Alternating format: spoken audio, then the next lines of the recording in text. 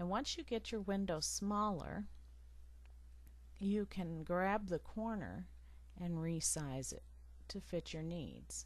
So I'm going to go down and bring back up Photoshop Elements, and then I'm going to click on the bar at the bottom of my page and make the folder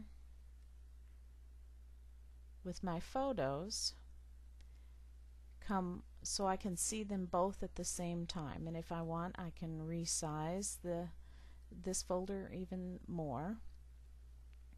I'm going to go through. This is the way I prefer to work, because I often will have my photo folder open and another photo maybe with the kit that I'm working from open, and it just is so easy to quickly go back to find other items that you want. I'm going to hold down with my mouse key and just drag my mouse over to Photoshop Elements, and the photo opens up right in it. Now once again, you cannot see the layout file anymore. It's actually there on the desktop, but it's underneath this photo layout. For me, I prefer to use the tile method and drag. I don't like to use the bin because it just seems to take up so much desktop space. Everybody's going to find the way that they prefer to use. That's why I've showed you all of these methods. In Photoshop Elements 3 and some other versions, as in my tutorial, up here there's an extra little icon for tiling, and it has four little windows in it, and you can click on it and tile everything on your desktop. But in Photoshop Elements 6 it frustrated me, but they took that away, so we have to use some other methods. If you go to the Window drop-down menu, Images, and then rather than having Maximize mode, click Tile mode. Now you can see that it tiled, so I have both of my layout and my photo where I can see them at the same time on my desktop.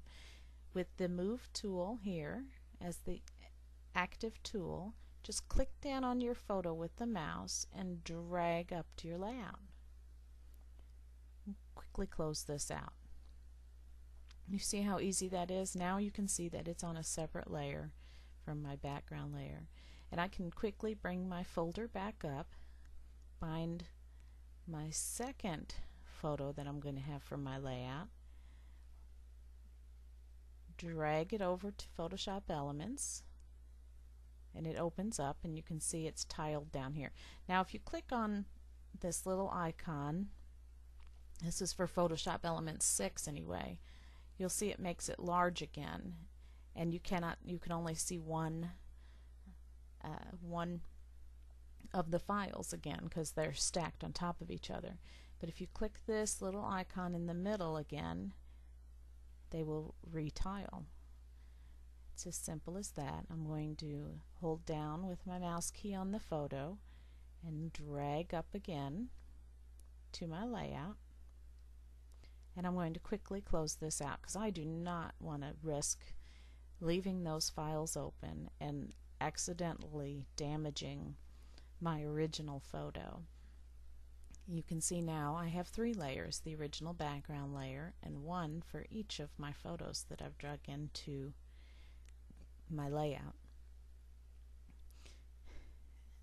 Before we finish this first part of the tutorial, I want to encourage you to save often.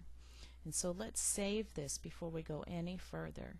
Enter the File drop-down menu, choose Save, and you can see there's my first PSD file. So I'm going to have to name it something different. So navigate to where you want to keep your file. Then type in, I'm going to call this one 2, a file name. Now the PSD file is going to retain all of those layers in the sidebar. If you do not save it in this setting, you are not going to be able to go back and edit. So this is the important setting that you need for first saving. Eventually you're going to want to save it when your layout's all done in a JPEG format. For printing, you won't want to print from this PSD file, but it's important to keep this PSD file if you want to go back and edit. And so I'm going to have the Photoshop here. I'm going to look here and make sure that this says layers, because we want to save it in layers, and then just click save. And now that layout is saved. If you have any questions, just ask them right here in the thread in the forum, and I will do my best to try to help you, and we'll go on to part 2. Thank you.